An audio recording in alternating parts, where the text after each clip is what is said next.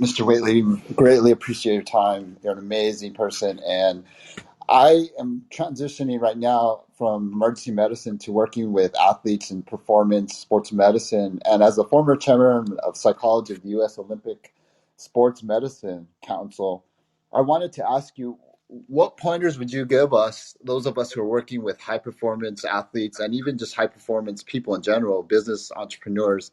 Where would you start us off in terms of being able to really work with these people and enhance their performance? I would appreciate your thoughts.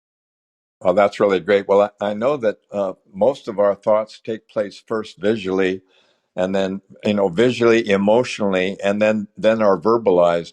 So I think visual motor behavior rehearsal, VMBR, the ability to rehearse without actually having to be on the playing field is incredibly important because people cannot distinguish between virtual and reality. And that's why the Apollo program, the astronauts simulated the moonwalks and the moon shot for 2 years.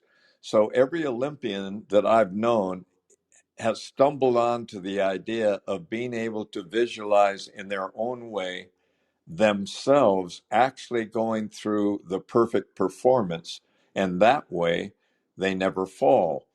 So when you're imagining what you're doing, you can imagine perfection where you can't do it in reality, because in reality we make mistakes. So visualization is the internalization of the perfect practice sequence. So if the coach teaches us, and we have a coach and mentors, and we learn the correct way of doing things, we all make mistakes. But what I found is when the athletes could put themselves in in the movie as the actor rather than watching it. So, for example, for Michael Phelps, he imagines himself actually in the pool and hitting the other side in a certain time. Andre Agassi takes a shower for 40 minutes and goes through the tennis match he's about to play. Lindsey Vonn, as she's skiing, has learned not only to do the giant slalom in her mind in the way she wants to do it, but she's taken it a step further. So the new Olympic type training makes you able to put a platform in your room that has the same skis on the platform, and you can actually put your ski boots on and go through a visual simulation that gives you the feeling as well as just the emotional and visual feeling of it. So what I'm thinking is that the more visual you can rehearse, as if you're really doing the performance, the more it will become a habit knit pattern, like brushing your teeth, or driving your car. It becomes muscle memory. So performance is based on remembering what you learned before. And that's why I think you start with the visualization of the perfect event, but then you begin to use the words and emotions that go with it. And so I was teaching the Olympics athletes psycholinguistics. So some of them would be, the short words would be speed, power, explode, extend, rotate, plant the feet, would be relax, follow through. That's not like you. You're better than this. Let's get going. Need a 10, got a 10. So whether you're a gymnast or a volleyball player or a skier or whatever you're doing, you're giving yourself verbal confirmations. A confirmation is an affirmation that has been so internalized that you actually believe it to be part of the way you talk about yourself.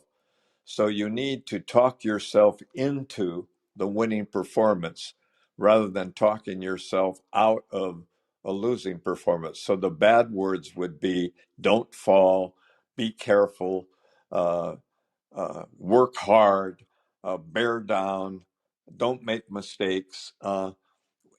You can't concentrate on the reverse of an idea and you move toward your currently dominant thoughts.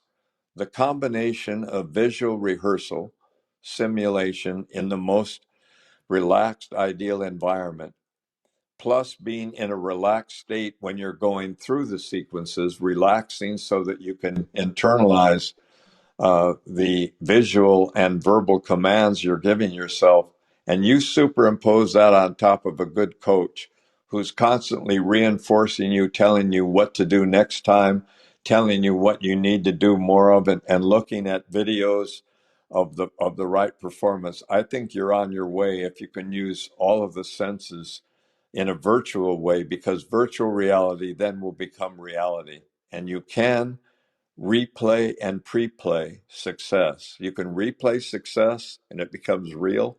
You can pre-play it and it becomes real, because the imagination cannot distinguish when an emotional sequence is taking place in your brain. It stores that as your reality, but it takes a while. It takes anywhere from 6 months to a year for it to become permanent. But isn't it wonderful that you can permanently remember how to drive, ride a bicycle, ski, or anything else? And you can also remember how to win and what you did as a high performance rather than how you failed. And that's really about as much as I really know. And I think it's about all I can say about that. But I'm sure you're well advanced, and whatever you're doing, keep doing it, because virtual reality does become reality if there's an emotional impact to it, and it's visual, verbal, emotional, and passionate. I don't think you can help but get there. But you also have to have the biomechanical skills to be able to perform at that level. So you actually do have to understand your strengths and weaknesses and potential. And that's where good coaches and mentors and role models come in.